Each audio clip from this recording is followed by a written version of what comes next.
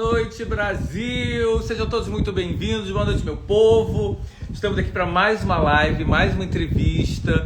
Dessa vez uma entrevista com um cara muito bacana, que daqui a pouco estará em dose dupla na telinha, tanto no Sistemas do Imperador como no canal Viva em Alma Gêmea. Alexandre Barilari já chegou, que eu vi, pontualíssimo, britânico. Vamos chamar logo ele, que a gente que está aqui há bastante tempo sabe que fugiu o tempo. Olá!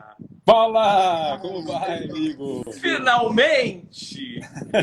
Finalmente quase ao vivo! Quase, menino, praticamente, mas... É ao vivo aqui. Graças a Deus. Não, menino, olha só, porque eu tava conversando com os meninos, com o Newton, com o Giovanni, há um tempão. Vamos fazer com o Giovanni, vou fazer com o Alexandre, fazer com o Alexandre. Mas aí tava, enrolava daqui, enrolava dali, mas saiu. Saiu, estamos aqui, firmes e fortes. Bom, querido. Prazer, obrigado por ter topado, viu? Imagina, prazer todo meu. Você aqui. Imagina, prazer meu. Olha só, eu vou começar o seguinte, fazendo uma reclamação com você. Diga-me. É o seguinte, ninguém te disse, assim, a vida não te falou que o tempo tem que passar, não, Alexandre? Que a pessoa tem que envelhecer, porque senão os coleguinhas, que é 4 anos mais velho que você, fica se achando seu avô. Eu tenho dito uma coisa, que eu não sou responsável por aquilo que Guy Debord narra na Sociedade do Espetáculo, que é o olhar dos outros. Eu não consigo controlar o olhar dos outros, mas ele é muito dissonante do que o espelho me mostra. Meu querido, então, por favor, eu quero esse espelho pra mim. Porque, sério, não, eu tava lembrando, eu tava vendo assim, na televisão, vendo a foto, falando assim, aquilo é câmera, não, foto é filtro, não, vou ver ao vivo. Porque eu lembro, da primeira vez que eu te vi, eu tava na Amiga, em 96, eu acho. Sim, e você ia fazer uma... em 96. Exato, você ia fazer uma produção, não sei se era com a Cláudia Figueiredo, com alguém, aí chegou você tinha um assistente, uma maleta, lembra daquela maleta que você usava? Lembro muito. Maleta que eu levava para todo lugar. Exatamente, é a mesma cara. Não, mas isso é generosidade tua. Mas não, eu não sou generoso. Eu agradeço como elogio de amigo. Eu sou um cão. Que bom, eu fico feliz. Eu modestamente, timidamente faço a minha parte, assim, né? É isso que eu ia te perguntar. Eu me cuido, assim, algumas coisas vieram como uma dádiva para mim. Por exemplo, eu nunca bebi álcool na vida. Eu sou um abstêmio como um alienígena. Porque isso soa com uma certa estranheza para as pessoas quando eu digo nunca. Nunca é nunca. Eu também. Nessa altura da minha vida, Jorge, as pessoas me falam exatamente, mas você nunca provou? Eu falo, a essa altura da vida, se eu provar, eu perco nunca. Exatamente. Eu, a essa altura, tenho um certo orgulho do nunca, entendeu? Porque eu resisti até hoje. Não, na verdade, eu não resisti. Isso é como se não existisse para mim. O que é melhor, entendeu? Então, assim, eu consigo ser o primeiro a chegar na festa e o último a sair de cara limpa. Isso é uma bênção, é uma dádiva. Deus me escolheu para isso, entendeu? E acho que isso ajuda, uma noite bem dormida. E nunca ter consumido álcool e malhar, enfim, eu gosto de malhar também, não faço isso por uma obrigação ou por uma consequência de me manter em forma. Eu consigo organizar muito o meu dia em função da academia e do exercício. E é claro que todo o resto vem em consequência disso, entendeu, Jorge? Não, talvez seja por isso aí o seu olhar achando, né, que nada aconteceu no passado desses anos todos. Não, eu acho o seguinte, você sempre foi uma pessoa muito saudável, né? A gente se acompanhou ou matérias, ou acompanhando você no Instagram, você sempre passou essa coisa da saúde, uma pessoa muito solar, sempre curtiu muito a natureza. Eu acho que isso verdade. Também dá uma revigorada. Isso ajuda muito. Mas o mais engraçado é que talvez não seja a minha natureza, exceto pelas dádivas que eu comentei. A minha natureza é de gostar de comer muita bobagem. A minha natureza é de uma certa desordem, assim e tal. Mas eu consigo domar essa natureza. Então eu passo a ter muita disciplina quando eu quero. Eu passo a ter muito domínio dos horários, do que eu devo, do que eu não devo, do que eu posso comer, do que eu não posso comer. Mas sempre tomando um pouco a minha natureza, que é meio junkie. Assim.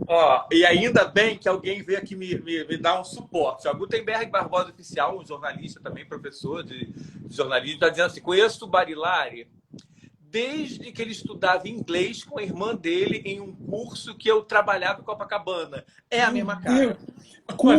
Curso esse onde eu estudei, que depois virei professor e que eu tive que abandonar por conta da estreia de Salsa e Merengue.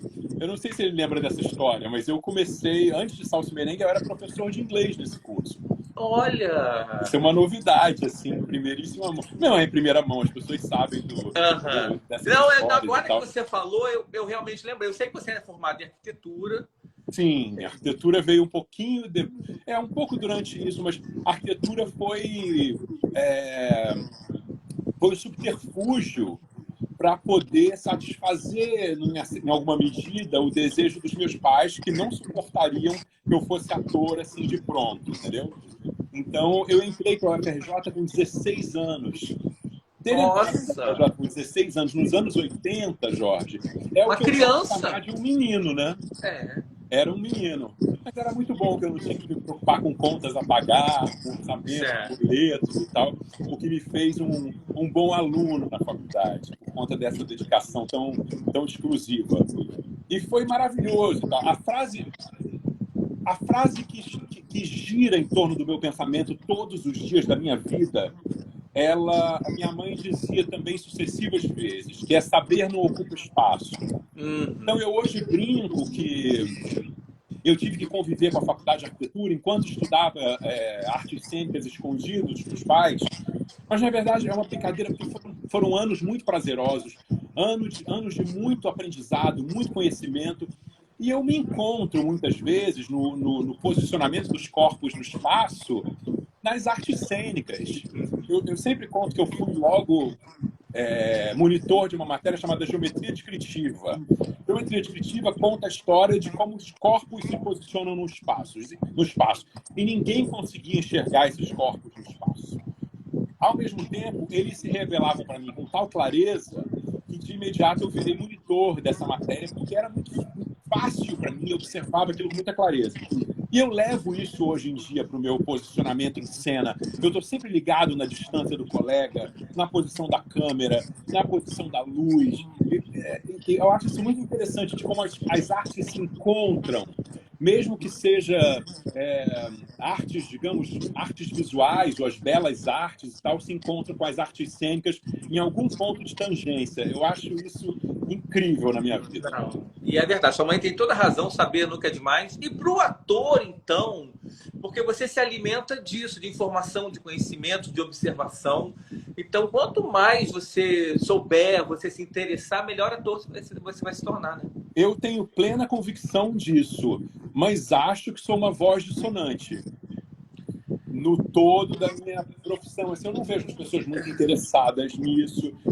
De uma forma geral, eu não vejo, não só os atores, mas eu não vejo as pessoas muito interessadas em ouvir para aprender. É preciso que eu fale em mono e ouça em estéreo para que eu consiga abastecer de conhecimento a minha vida, enfim, os meus dias. Eu não vejo as pessoas muito propensas ou dispostas a isso. Eu vejo no Instagram mesmo. Eu não sei se você sabe, mas durante a pandemia eu lancei um livro sobre Shakespeare. Sim. O que devemos saber sobre Shakespeare antes que o mundo acabe? Shakespeare é um cara que mudou a minha vida. Ele é uma espécie de combustível que oxigena os conteúdos do meu pensamento. E as pessoas sempre acham um pouco... elas já vêm com uma preconcepção de que Shakespeare é insuportável, clássico, medieval e difícil. E eu fico sempre insistindo para mostrar que não é nada disso, para dizer para todo mundo que desde o teatro de Shakespeare nunca mais houve um outro que fosse tão popular, falasse tão diretamente para o público. E público de todas as classes, né? Então, mas eu vejo na resposta, no feedback, nos insights do Instagram, que a resposta é bem diferente, por exemplo, de quando eu coloco uma foto no pôr do sol da Bahia, por exemplo. Se botar uma foto de sunga, então... Já nem boto. Já nem boto mais, é daqui para cima e tá bom. Não, mas você tem toda a razão. Não, e fora isso que você falou é muito importante, o livro, quero que você fale um pouquinho mais sobre o livro também, porque as pessoas acham que Shakespeare é algo de um Insuportável. intelectualismo, de um elitismo, e não é, ele era popular, Shakespeare era um escritor de novela de sua Exatamente, escritor de época. novela. Nesse livro... estou com ele aqui, vou te mostrar. O que você precisa saber sobre Shakespeare antes que o mundo acabe. Onde nós achamos? Todas as Em livrarias? todas Vende as algum livrarias. específico? É um super best-seller. Claro que eu, não, eu modestamente assino um dos capítulos junto com Bardólatras, que eu não chego aos pés. Mas, enfim, o que eu conto no livro, no meu capítulo, foi uma coisa que eu aprendi com Bárbara Eliodora, que me ensinou mais do que eu podia aprender. Bárbara Eliodora foi uma dessas mulheres que mudou a minha vida. Eu ia perguntar isso, e se tinha dedinho de Bárbara Leodora aí, que Não era a tem grande especialista dedinho, de Shakespeare que eu conheci. não tem o dedinho, tem o corpo inteiro, tem a alma inteira, tem uma conexão inteira. Ela me chamava... Eu conheci Bárbara Eliodora por uma razão muito curiosa, e vale a pena contar. Eu estudava há muitos anos língua portuguesa e literatura brasileira. Pode ser coisa de um alienígena, mas eu gostava disso. Eu gosto das palavras. As palavras me têm um sabor especial.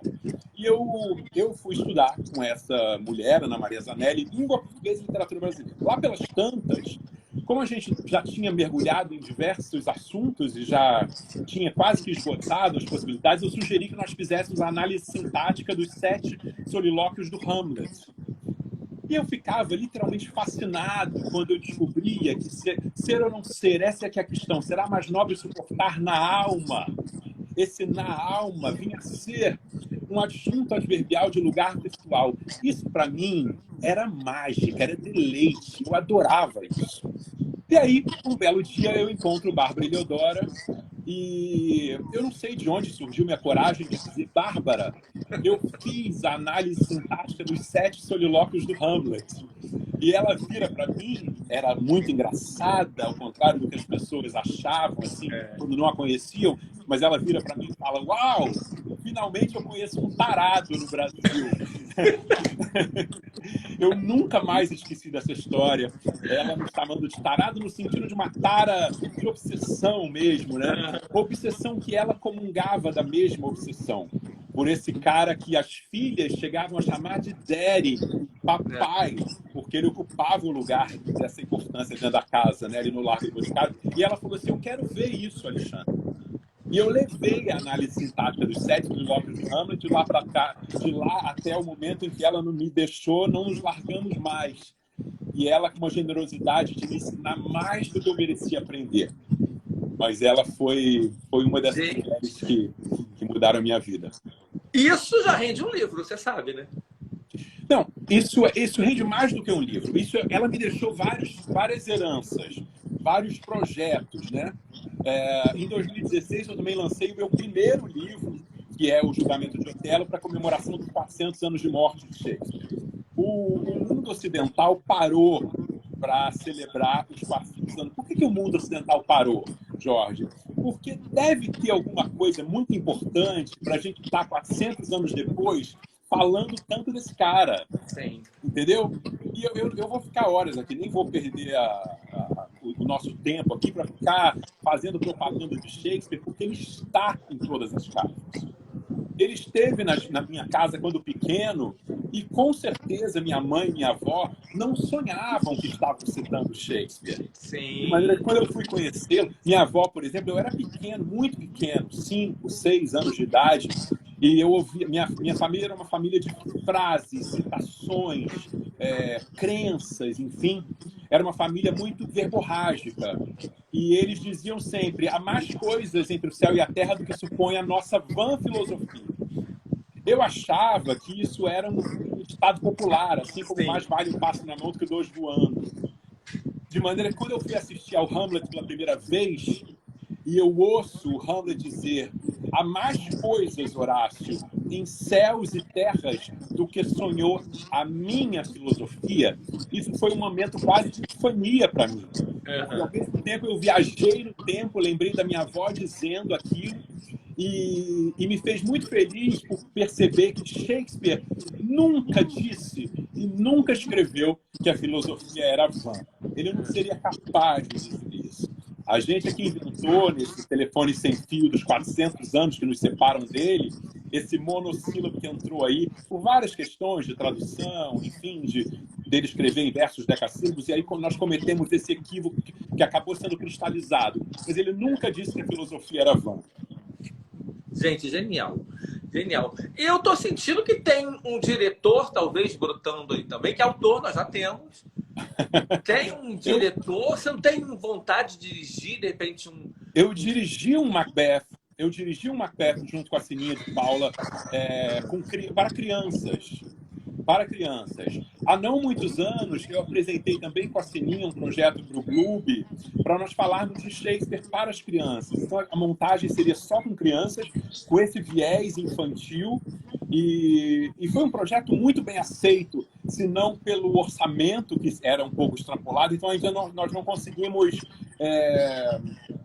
transformar o que seria um projeto, ou seja, aquilo que é lançado para diante, em realidade, ou seja, ainda não saiu do papel. Mas eu tenho esperança de que saia esse, de que saia o Shakespeare da Samba, que é um outro projeto que a gente tinha com o GNT. Bárbara ainda era viva quando esse projeto era entusiasmadamente levado.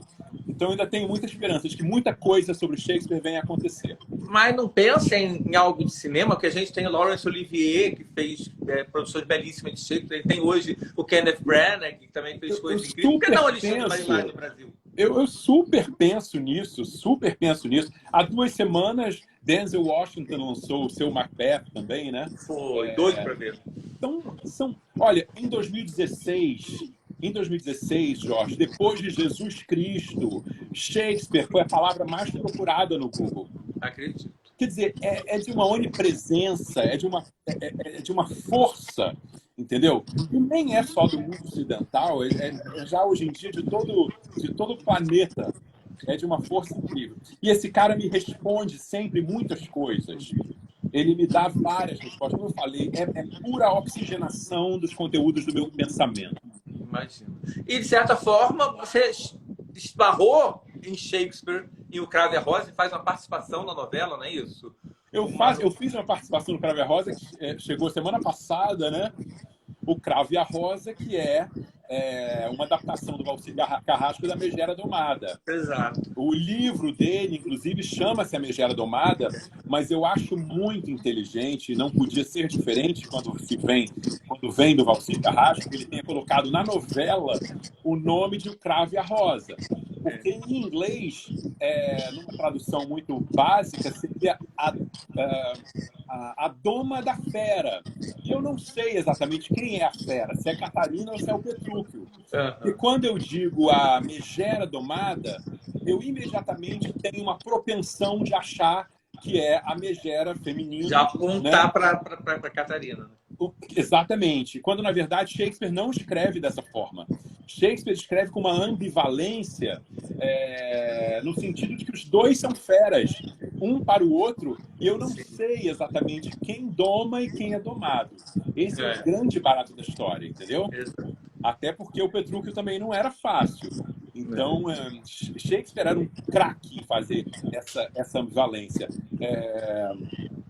Tem uma tese de que todas as vezes que Shakespeare pretendeu que uma mulher fosse protagonista numa de suas peças, ele teria deixado isso muito claro logo no título. Portanto, só aconteceria em Romeu e Julieta, Antônio e Cleópatra, Troilo e Cressida, que nunca foi montada, então não tem como configurar esse protagonismo, porque Shakespeare escrevia para ser montado. Shakespeare escrevia para a cena. E eu acho que uma exceção a essa regra é exatamente The Taming of the Shrew, que é a Doma da Fera, entendeu? Mas é uma peça com 2 protagonistas. E 2 feras, obviamente. E Valcir fez isso de uma maneira muito criativa, né? Abrasileirou, levou o Petrúquio para a roça. Maravilhoso. Transformou, né? A Catarina numa feminista. Né? É um gênio. E eu fico muito entusiasmado, porque eu não faço um vilão no Cravo e a Rosa. Eu só chamo de vilão aquele que ousa atingir a tragédia. Guto. Eu gosto dessa ideia de vilão clássico. O Guto, mas a gente vai chegar nele depois. Vamos chegar nele. Mas o Guto deriva dessa primeira experiência com alguma maldade, algum tipo de mau caráter que o Valcir criou. Para mim, nós não nos conhecíamos ainda naquela época do Cravo e a Rosa, mas foi a partir dessa participação no Cravo e a Rosa que alguma coisa surgiu na cabeça dele para me convidar para aquilo que mudou minha vida, que foi o Guto de Alma Gêmea. E que a gente vai reencontrar a partir da segunda-feira. Aliás, estamos quase no Festival Alexandre Barilari, né? Porque o Chocolate com Pimenta foi reprisado no ano passado, no Viva. Cravo e a Rosa mostrou sua participação. Você está no ar. Nos Tempos do Imperador. Está no ar, estamos para 2 semanas que vem teremos Alma Gêmea. Alma Gêmea. Antes da gente chegar lá no Guto, que é um personagem que eu gosto muito, vamos falar um pouco também do Nos Tempos do Imperador, porque o Prudêncio não é um personagem real, ele é um personagem fictício, Sim. Mas que, pelo que eu entendi, ele abraça vários personagens reais. Pessoas que realmente existiram e fizeram o trabalho que ele faz na novela. E é um personagem, eu acho, assim, não sei se é interação minha, meio shakespeariano também, não é não? Em que sentido você acha isso? Nesse sentido da doação dele. Porque tem uma cena que a personagem, a Pilar fala para ele: você está pintando para ele repintar, para ele os maiores pintores, né? Não eram eles que deveriam estar aqui. Exatamente. Não era, então, por que eles não estão aqui? Ou por que você não pinta? Porque eu acho, Jorge, que as artes são sempre muito persuasivas para os artistas. Por isso que, às vezes, a gente tem que ser podado um pouquinho. Porque se tiver que fazer sem dublê, a gente faz. Se tiver que se jogar, a gente se joga. Porque a gente quer ver realizar, né? Eu tenho absoluta certeza que Shakespeare tinha essa verve também de se entregar ao extremo. E ele coloca isso nos personagens, obviamente. Você disse com muita clareza quando essa cena é a apresentação do personagem e ele comenta sobre Pedro Américo, comenta sobre Vitor Meirelles. Pedro Américo, tinha me subido o nome de Pedro Américo, que ódio, obrigado. Pedro Américo, Vitor Meirelles, que foram grandes artistas que foram convidados pelo ainda tempo imperial brasileiro para serem os responsáveis por toda essa iconografia da Guerra do Paraguai. A Guerra do Paraguai vinha a ser o maior conflito que o Brasil já teve desde o seu início, seja monárquico ou republicano. E tem várias histórias muito curiosas dentro disso. Porque, assim, Jorge, eu detesto a ideia de que, para ser ator, você recebe o seu script, decora e fala. Eu detesto isso. O Flaubert, no seu ensaio sobre a ignorância, ele é um pouco como eu. Para escrever o ensaio sobre a ignorância, ele conta que leu mais de 1.200 livros. E a certa altura ele fez uma promessa de que precisava terminar o ensaio e que não leria mais nenhum. Muito tempo depois, soube-se, através dos seus diários, que ele não conseguiu cumprir a promessa e depois dos 1.200 ainda leu mais 13 para poder compor os personagens desse panorama da ignorância humana. A Bárbara Eliodoro me ensinou exatamente isso.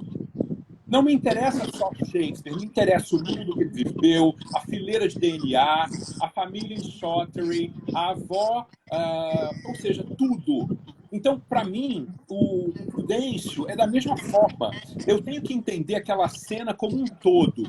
Então, assim, de pronto, eu marquei uma visita ao Museu Imperial de Petrópolis, já que o Museu de Belas Artes está fechado, que o Museu Nacional está fechado aqui no Rio de Janeiro. Fui muito bem recebido no Museu Imperial. Obrigado, Museu Imperial, por toda a receptividade e aprendizado.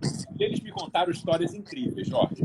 Eu até postei no meu Instagram uma foto com eu nem vou chamar de quadro, porque não é tão grande, que é um painel do Pedro Américo, que é a maior obra exposta no Museu Imperial. E aí o pessoal do museu me fez chamar a atenção para o Caxias, que ainda não era duque na época, mas o personagem do Caxias, que ocupa o centro do painel, montado no seu clássico cavalo branco, mas com a farda entreaberta. E aí eu falei assim, sim, mas o que tem isso? Aí elas disseram para mim que era uma história muito curiosa, porque o Pedro Américo não morava no Brasil mais, já era um artista conhecido em Florença, morava em Florença, e pintou o quadro lá, de maneira que quando o quadro chegou aqui no Brasil, o Caxias, que já era duque, ou seja, muito poderoso, ele recebeu o título de duque quando da vitória da Guerra do Paraguai, e reclamou ao extremo, perguntando de onde é que Pedro Américo tinha tirado ele com a farda entreaberta, se nem dentro do seu próprio quarto ele era visto de farda entreaberta. E aí o Pedro Américo manda uma resposta dizendo que ele tinha retratado uma guerra e que, de fato, ele não acreditava que uma guerra houvesse decoro. Eu acho tão persuasiva essa resposta do Pedro Américo, e a gente não vai saber se a farda estava aberta ou não estava aberta, senão pelas imagens que ficam para sempre, né? O quadro está lá com a farda aberta. Eu achei isso tão interessante que eu sugeri à direção que o meu personagem estivesse sempre com a farda aberta, porque ou você se preocupa com o tiro certeiro, ou você se preocupa com o cabelo, com a risca do cabelo e com o botão da farda, entendeu? Então, é uma curiosidade que as pessoas não percebem, mas é isso que me transforma, é isso que me faz sentir mais dentro daquele personagem, ou mais dentro daquele aroma do personagem, entendeu? Então, assim, simplesmente ler e repetir, ou não repetir, mas dizer o texto, não me apraz simplesmente. Eu preciso de mais. E aí você vê, se você tivesse apenas acomodado, peguei meu texto, vou decorar, vou conversar com um coach, conversar com o diretor e vou fazer meu trabalho. Não, mas quanta coisa você descobriu muito interessante. É muita coisa. Vindo do seu personagem. Muita coisa. Existe a ideia de que eu mesmo disse isso na novela, de que os grandes pintores não estivessem na guerra, né? Tanto que ele diz assim, ela pergunta, você arrisca a sua vida e eles é que levam os louros, mas há um relato de que Vitor Meirelles tivesse tirado licença da Academia Imperial de Belas Artes para construir o seu estúdio dentro da fragata brasileira por ocasião da passagem do Maitá. Eu acho isso uma outra história interessantíssima, porque o quadro não é nada senão uma nuvem de fumaça. O quadro é uma nuvem de fumaça. E a crítica, Jorge, a crítica dizia coisas estupendas, do tipo assim, só mesmo quem viu a guerra seria capaz de retratar isso com tanta verossimilhança. E é uma nuvem de fumaça que você só vê isso, entendeu? E para espanto de muita gente, segundo relatos, Vitor Meirelles estava dentro de uma fragata brasileira quando da passagem para o Maitá. Essas histórias me encantam, elas me tiram do sério, elas fazem meu olho brilhar, minha vibração alcançar tessituras mais interessantes. Não, muito legal mesmo. E ontem teve uma cena, momento dramático da guerra, aí mostrou, teve um corte, estava o Prudêncio desenhando, né? Desenhando em loco, realmente, para pegar. E aí o mais bacana é que conforme eu passando as cenas, já apareciam os quadros. É linda essa história. Isso foi uma demanda dos tempos pandêmicos, né? Porque a gente gravava com muitas amarras, muitos protocolos, como você sabe, né? Que foi muito difícil para a gente fazer tudo isso, todo dia testando, todo dia com esse fardo nos ombros, de eventualmente, Deus quis que não, mas de eventualmente você ser responsável por parar uma equipe de 200 pessoas. Porque o ator ali era insubstituível, né? Então, para nós do elenco, era um fardo pesado, era uma faca apontada na cabeça da gente todas as vezes em que a gente tinha que fazer um teste. Mas Deus ajudou, a novela, conseguimos terminar a novela toda e a novela, para mim, é um marco, porque eu tinha ficado muitos anos na Record, Muitos anos, 16 anos, é isso? 16 anos na Record, é o meu retorno numa novela, Jorge, que tem um prazer muito especial para mim, sabe? Porque eu vivi esses tempos do Imperador na minha infância em Petrópolis. Uhum. Eu tenho uma casa em Petrópolis, que eu frequento aquele museu, eu achava uma coisa de outro mundo você andar na casa de alguém de pantufas pregando o chão, né? De maneira que aquilo é um manancial de possibilidades para o imaginário de uma criança. E era. Eu achava a casa imensa, sem saber que hoje em dia o que a gente vê do museu é um sexto Sim. do que foi na época imperial. O que você vê hoje como visitante é um sexto só, ou seja, era gigante, mas para minha imagem de pequeno, de criança, já era bastante imenso, né? Então isso foi um encontro com o meu imaginário, com as minhas lembranças e com o meu prazer, porque eu sou apaixonado por história. Isso conta um pouco de mim, então foi um verdadeiro encontro. Não, me deve ter te dado uma vontade de quero mais, né? Porque, infelizmente, o Prudêncio entra nessa reta final da novela. Exato. Eu tenho absoluta certeza que se não fosse por isso, a novela já estava escrita, né? É como as pessoas reclamavam comigo quando eu fazia novela bíblica. Eu digo para eles, já está escrito, entendeu? O mar vai ter que se abrir, gente, é isso. Os cavalinhos vão morrer. Exatamente. Mas uma pena que a novela estivesse escrita, porque até durante a cena, essa cena de fogueira ali com a Pilar, o próprio diretor dizia pra gente assim, eu sinto que se a novela não tivesse escrita, tinha rolado um clima aqui. Porque a gente sentiu assim, sabe? Eu achei que fosse rolar. Quando eu vejo aqui, eu falei assim, pai, vai rolar clima de Pilar com Prudêncio. Na verdade, nós suscitamos isso. Nós suscitamos isso. É claro que ela não arreda o pé do seu desejo, da sua busca, né? Mas eu não tenho nada a ver com isso. Eu, personagem, acabei de conhecê-la ali na solidão de uma guerra no perrengue, eu posso lançar meu charme à vontade, né? É óbvio. Então, houve isso. Infelizmente, a novela estava escrita assim como a Bíblia e a gente não pôde dar panos para manga, mas outras virão. Ah, com certeza. E semana que vem vamos reencontrar Guto. Vamos reencontrar Guto é um personagem que eu acho que ele é um dos melhores arcos que eu acho que tem em Alma Gêmea. Porque ele começa cegamente, né, obcecado pela Cristina. É ele que mata a Luna. Gente, vou dar spoiler, que a novela é de 2005, já reprisou. Podemos à vontade. Então, é ele que deflagra, né, o surgimento de Serena. Do plano, inclusive, né? Então, e no final aí ele some, no final ele volta querendo se vingar, e aí vão acontecer, vira um Alexandre de Alma Gêmea. Olha, um personagem que você deve ter brincado no parquinho com ele, né? Brinquei no parquinho. Eu lembro exatamente da ligação do Valcir. Quando o Valcir me convidou para esse vilão e me contou um pouco da história, eu perguntava para ele assim, mas ele mata a protagonista no primeiro capítulo? E o que acontece no segundo capítulo? E aí eu disse para ele uma frase que de fato aconteceu. E eu gostaria de me reconhecer no personagem. A partir daí, Jorge, eu fiquei 3 dias dentro do presídio Ari Franco, aqui no Rio de Janeiro, porque eu precisava conhecer como é que olharia, como é que é o olhar de uma pessoa capaz de matar. Esse aprendizado foi tão expressivo, digamos assim. Ele foi quase concreto, e o olhar do Guto virou a insígnia do personagem. Eu não sei se você lembra, mas quando ele mata a Luna, ele está coberto com uma bandana e um chapéu, só fica o olho. E é através do olhar que a Serena o reconhece das vidas passadas. Isso foi um encontro da casualidade de quando a gente produz uma obra-prima, porque eu não produzo uma obra-prima sozinho numa novela. É preciso que vários ingredientes e engrenagens estejam trabalhando juntas, né, para que a gente produza uma obra-prima. Isso aconteceu.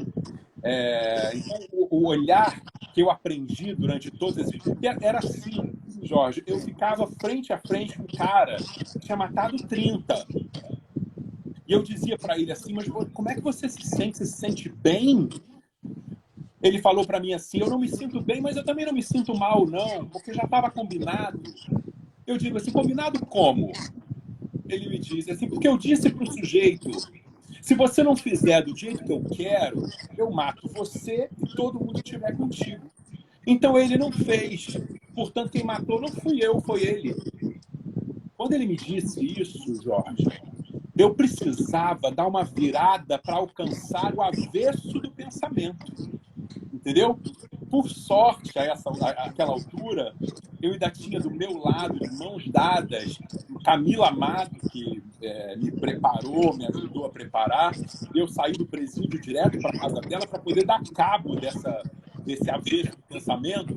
E ela criou junto comigo essa ideia de que o Guto é capaz de tudo. Até quando eu amo, acredite no meu amor, mas cuidado, porque ele pode ser perigoso. Então, é isso que você fala de brincar no parquinho, né? Ele vem no submundo da vileza, não é? E, antes de morrer, ele pede perdão a Deus e depois padece um pouquinho ainda nesse limbo que a gente acredita das nossas crenças, sobretudo enfim, das crenças que a novela apresentava, né? Para depois ser recebido no reino dos céus ou pela luz azul e tal. Ou seja, uma mostra de que você pode se arrepender, de que você pode dar uma volta na sua história, né? E se transformar. Nunca é tarde. Nunca foi tarde para você do mal virar bom. É verdade, é verdade. É uma novela muito, muito bonita. Eu acho que vai fazer muito sucesso essa volta dela. De novo, eu acho, né? eu acho que é o tipo de novela que, nesse momento, a gente está precisando muito. Porque é uma novela de muita esperança. Os vilões são punidos com requinte de crueldade, né? Muito requinte de crueldade. Quando você fala de arco do personagem, eu sempre digo para o Valcir que se ele fosse um Shakespeare, eu seria o Richard Burbage. Richard Burbage foi o mais importante ator da companhia de Shakespeare, para quem Shakespeare escreveu, vamos lá, Hamlet, Macbeth, Lear e por aí vai. O Valcir é uma espécie de Shakespeare para mim. Eu fiz com o Valcir o Cravo e a Rosa, Chocolate com Pimenta, Alma Gêmea, Sítio do Capão Amarelo, O Mistério do Fantasma Apavorado, e tenho ainda o desejo mais do que profundo de voltar a trabalhar com ele. Eu espero que ele lembre de mim tão logo venha a produzir de novo, porque é um cara que, para mim, ele sabe tudo. Ele é interessado na sua palavra, porque é um encaixe, Jorge. Eu não acredito, por isso que eu gosto muito da palavra em espanhol, que fala roteiro em espanhol, é guion. Guion, porque é guia, é um guia para te expressar, entendeu? Não é um caminho impositivo, apesar de haver essa lenda que o Valcir não suporta que a gente mude uma palavra, né? Afinal de contas, ele escolhe essa combinatória de palavras com muita precisão, com muito alcance e com muita propriedade, porque ele é um daqueles autores que sabe que falas intercambiáveis são um fracasso do autor. Portanto, assim, o Guto era do submundo, está preso há 14 anos, não deve ter estudado nada, não tem... É a base, realmente, da pirâmide de todos os tipos. Então, ele fala de um jeito, né? Eu levava isso para minhas aulas de língua portuguesa, porque eu dizia para a Ana Maria Zanelli, que era minha professora, assim, por que eu tenho o desejo de dizer, ouve o que eu estou te dizendo, hein? Ao invés de dizer, ouça o que eu estou te dizendo. Por que eu tenho o desejo de dizer, anda, corre, ao invés de dizer, ande, corra? Porque o Guto não consegue atinar com essa forma imperativa do subjuntivo. Ele é muito básico na forma de expressão. Ele é de uma crueza, entendeu? Então, tudo isso tem que se encaixar, Jorge. Eu não posso inventar sozinho. Eu tenho que trabalhar sobre um campo de possibilidades. E quando é bem gestado, como um texto e as possibilidades do Valcir, a gente fica sempre muito próximo de uma obra-prima. É verdade. É verdade. Não, e ele é uma força de produção também, que é uma coisa impressionante. Deu alguma treta na novela de alguém, chama Valcir. Valcir, do nada, monta uma novela. Eita Mundo Bom é um exemplo disso, é uma novela que tinha dado um problema lá. E montou essa novela, que também eu acho que é uma novela genial. Muita gente fala, são vários recortes de novela dele. Que sejam, mas são recortes deliciosamente pensados e eu acho que, para comparar com o Valcir, só Balzac Cândido Mendes de Almeida falava da saineta metafísica, que é essa prenda extrema da cabeça capaz de produzir à la Balzac. O Valsir é isso, né? Ele não precisa... Aliás, eu acho que Shakespeare também é assim. Produz 39 peças em 20 anos. Né? Bach é assim para música. O capelão dizia uma missa por dia, hein? E Bach ia lá e compunha, não por acaso, obras-primas. E o Valsir está nesse panteão de Balzac, Shakespeare, Bach e Valsir Carrasco. Agora, me explica uma coisa, Alexandre. Deixa eu só fazer não é uma correção, mas quando eu fui fazer a brincadeira sobre o Guto, que eu brinquei sobre o arco dele, que no final da novela ele volta para se vingar e vira um Alexandre, gente, era uma brincadeira relacionada ao Alexandre da Viagem, não era o ator. Aí, por acaso, era o Alexandre da Viagem, que era o personagem que morre e fica atormentando os personagens da novela. E o Guto, em determinado ponto de Alma Gêmea, ele vai fazer isso com a Cristina, que é a Flávia Alessandra. Ele morre e nesse período que o Alexandre Barilari estava contando, ele passa por quase um purgatório, né? Exatamente. Até conseguir se libertar, se arrepender e conseguir evoluir. Então não era o Alexandre ator, era o Alexandre da Viagem. Tá, gente? Mas você sabe de uma outra curiosidade, Jorge? Quando o Jorge Fernando... Porque assim, o Jorge Fernando... Nós tínhamos feito o maior sucesso da década. Né? Ele me deu essa notícia na sala de maquiagem quando, no dia seguinte ao capítulo em que o Guto pede perdão à Nossa Senhora da Rosa Mística, que era a padroeira da cidade de Roseral. Ele entrou na sala e me disse: está feliz com o sucesso, Barilari? Na noite anterior, a novela era às 6 da tarde, né? E eu saí à noite, eu já tinha recebido imediatamente o termômetro do público com esse fascínio pela transição do personagem. Personagem esse que eles estavam odiando há 180 capítulos e, de repente, tiveram dó, né? E compaixão. E aí o Jorge me deu essa notícia. Tá feliz com o sucesso? Eu falei, claro, é um grande presente. Ele disse, parabéns, você foi o maior Ibope da década. Alma Gêmea tem esse título de maior Ibope da década. Mas quando nós passamos para essa fase pós-morte, eu lembro que eu não sei porquê, mas intuitivamente eu fazia o Guto com os braços para trás. Porque eu acreditava que eu não era mais humano, portanto não tinha razão de ser das mãos. Eu acho que era uma energia que não precisa das mãos, dos dedos. E o Jorge brincou comigo e falou assim, por que você bota as mãos para trás? Aí eu perguntei para ele assim, porque você sabe como é do lado de lá da vida? Eu não sei, de maneira que tudo pode ser, né? E aí eu construí dessa forma, que era assim, quase como um corpo sem apêndice, sem excessos, entendeu? E era muito legal, porque é a brincadeira no parquinho. Você não tem ninguém para dizer assim, não é verossímil, não é assim que tem que ser.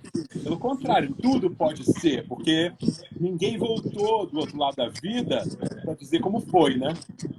É verdade. A seguidora Elisiane Monteiro está falando que novela maravilhosa. Alma Gêmea foi um fenômeno. Foi. Eu lembro que na época de minha novela, a gente tinha no ar a América, de Glória Pérez, que era um estrondoso sucesso também. Uhum. E a Alma Gêmea, mesmo sendo novela das 6, tinha um Ibope. Dava a mesma coisa das 8. Tinha, e foi capa de minha novela diversas vezes, e nós fizemos 2 edições especiais. Então tinha assim, a numeração da revista 102, e aí a gente fazia 102A para fazer uma edição especial sobre a Alma Gêmea. Foi uma coisa assim fenomenal. Tem uma história engraçadíssima também de uma amiga minha que trabalhava comigo na revista, estava de folga e tinha saído com o avô. Aí o avô de repente estava distraído, passeando, lembrou horário de Alma Gêmea e ficou desesperado, começou a gritar com as pessoas que tinha que ir para casa porque tinha que ver Alma Gêmea, tinha que ver. Foi uma confusão na vida dela. Era uma cena clássica. Era uma coisa. Eu viajei também para o Nordeste com meu companheiro, Walter, e a gente só saía para jantar. Depois da novela, né? Ou depois da novela. Como e se acabasse, ele perguntava assim, o passeio acaba que horas? Isso. Porque em 6 tem Alma Gêmea. É como em Belém as pessoas marcam o encontro depois da chuva ou antes da chuva, né? Na época, de Alma Gêmea era antes de Alma Gêmea e depois de Alma Gêmea.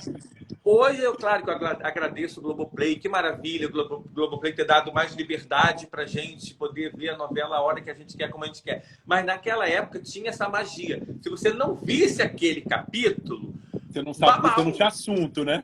não tinha assunto, não via mais. Não via mais, é Aquele verdade. capítulo você não... Então tinha essa magia de assistir novela. Antigamente as pessoas se reunirem para assistir. Hoje eu assisto novela aqui, meu filho assiste a novela no quarto dele no celular, meu marido vê no tablet. Perdeu Eu tenho a muita tecnologia. saudade, assim. Eu tenho muita saudade. Eu sou uma Eu pessoa tenho. muito saudosista porque é muito gostoso. Não é saudosista no sentido pejorativo, não. No sentido contemplativo, certo? Das delícias que a gente pôde viver, porque as famílias se reuniam, era uma novela para a família toda, mas mesmo quando não era, as famílias se reuniam ao redor do sofá. Era um assunto das famílias. E hoje em dia é tudo um pouco pulverizado, né? A gente concorre com outras plataformas e tal. Mas era... Quando eu estreiei em Salsa e Merengue, no dia seguinte já não andava na rua, Jorge. Já não andava na rua, porque era um príncipe de bailes debutantes, novinho, que dançava salsa e tal. Então ele tinha tudo para ser muito persuasivo para o público, e foi de verdade. Então, assim, eu fiz uma coisa, essa talvez você não saiba. Em 1998, Roberto Talma, que era um cara super à frente do seu tempo, que foi o cara que idealizou a Malhação em 95, mas em 98 achou que não devia ser mais academia. Foi em 1998 que mudou para uma coisa chamada Malhação.com. Que ele fez uma malhação ao vivo. Você lembra disso, Jorge? Eu lembro, claro. Durou 2 meses, não mais do que isso, porque era muito precoce, embrionário. Só para você ter uma ideia, o Projac, que tinha sido inaugurado em 95, em 98 ainda não podia transmitir ao vivo. Então nós gravávamos, nós transmitíamos Malhação ao vivo do estúdio do Jornal Nacional na emissora no Jardim Botânico. Isso eu já não sabia. Porque era o único lugar, fora o Teatro Fênix, onde o Fausto fazia o programa ao vivo, né? Só o estúdio do Jornal Nacional era capaz de transmitir isso ao vivo. Agora, você imagina fazer dramaturgia ao vivo, tendo que se contar uma história com começo, meio e fim. Era uma loucura, mas nós éramos todos muito jovens, assim, nós ainda não tínhamos... éramos muito inconsequentes, né? E de maneira que embarcamos gostosamente nessa ideia, e foi uma história que eu guardo com muito carinho. Não, muitas histórias com carinho você guarda, né, Alexandre? Porque é uma trajetória muito, muito rica. Agora, eu fico imaginando você, assim, essa pessoa tão preocupada com a pesquisa, com o conhecimento do personagem, do que não está apenas ali descrito ou passado para você. Quando você foi fazer novela bíblica, deve ter te dado uma pirada, né? Porque é um tipo de informação já muito pasteurizada, é um personagem que você não pode também pirar muito em cima. Como foi para você? Mas eu vou te dar um exemplo que vai responder precisamente a sua pergunta. Vou dar um exemplo do rei Davi. Foi um sucesso, né? Eu fazia Urias, marido de Batseba, que é exatamente o personagem que faz o triângulo com o rei Davi, que através dessa traição vai destruir o reino e os tempos de Davi. Bom, a história se passa no século X a.C., ou seja, nós estamos separados dela há 3.000 anos. E é preciso que, das duas, uma, ou você ensine o espectador a fazer uma viagem etnocêntrica para compreender exatamente a vida como era, os sentimentos como eram, o que é praticamente inexequível, porque a gente não tem tempo dessa didática toda na novela, entendeu? Ou você faz algum ajuste de sentido. Era muito mais simples você fazer algum ajuste de sentido, emprestando um pouco da atemporalidade dos sentimentos para compreender como era o sentimento entre Urias e Batseba. Porque, assim, o marido era um reprodutor. O marido não era para acarinhar aquela mulher. A mulher vivia ali naquele vazio. Vou te dar um outro exemplo, que é quando nós fizemos o julgamento de Otelo, Otelo é um vilão do Shakespeare que mata Desdémona julgando a traidora, né? E o livro se chama O Julgamento de Otelo, que nós fizemos no Tribunal do Júri, em Curitiba, nos moldes do que o Supremo Tribunal Federal fez para a Capitu, um julgamento virtual do Otelo. E havia defesa, acusação, promotoria, tudo isso, e o Otelo foi absolvido 2 vezes, porque nós fazíamos essa viagem para, através das leis da época, explicar o personagem. Isso é impossível na novela, Jorge. O olhar do espectador não vai atinar com essa viagem que você tem que fazer para compreender com exatidão aquelas palavras que já estão escritas. Sim. Mas o espírito da coisa, eu acho que você pode emprestar o que você deseja. Tanto que muitas das novelas bíblicas optam por não ter um tratamento muito polido na escolha das palavras, ou só porque é uma novela de época, ou não ter um vocativo que não seja você, entendeu? Porque a gente precisa contar essa história para um espectador de hoje, entendeu? Agora, afora isso, a história é sempre um manancial de perdições, de pesquisa e tal. Hoje eu acho que é um momento crucial para a gente entender que a história não tem um lado. Quando daqui a 10 anos as pessoas nos perguntarem, mas você estava lá nessa época? Era tão plural assim, era tão diverso, era tão polarizado, era tão distinto? Era. Entendeu? Eu não acredito nessa. Não é uma regra do jogo. A história não é a regra do jogo. A história é a impressão de uma pessoa. Tanto que você vê mesmo nas biografias do imperador ou dos tempos do imperador, você tem impressões distintas, diversas, né? Não me esquece jamais, Jorge. Não me esquece. É sobre isso que eu falo no que devemos saber sobre Shakespeare antes que o mundo acabe. Bárbara e Deodoro, eu já falei, foi tudo para mim. Mas a certa altura, quando nós programávamos o projeto do GNT, Shakespeare da Samba, eu fui para a Inglaterra para conhecer a Bárbara e Deodoro de Stratford-upon-Avon, que tinha a mesma idade da Bárbara, era um portento na Inglaterra, diretora da Royal Shakespeare Company há mais de 20 anos. E o que eu achava mais divertido é que o que uma achava que era branco, a outra dizia que era preto. E as duas com total embasamento e subsídios que embasavam essas teses, de maneira que o que Harold Bloom vai me ensinar é que nós só vamos ter uma verdadeira intimidade com Shakespeare quando abandonarmos a ideia de acertar. Ponto. É Schopenhauer quem dá a última palavra. Amo o gato, mas não desamo o rato. É isso. Menino, olha só, é o que eu falei nisso da live. Aqui no Instagram, ó. O tempo ruge. O tempo voa. voa. Então, pedindo aqui também para você falar um pouquinho do Gustavo de Cristal, porque você bateu perna, né, Alexandre? Você trabalhou na Globo durante anos, ficou anos na Record, participou. No SBT você não só fez Cristal, como também fez uma espécie de dança dos famosos. Aliás, você estreou a Dança dos Famosos na Globo. Na primeira edição.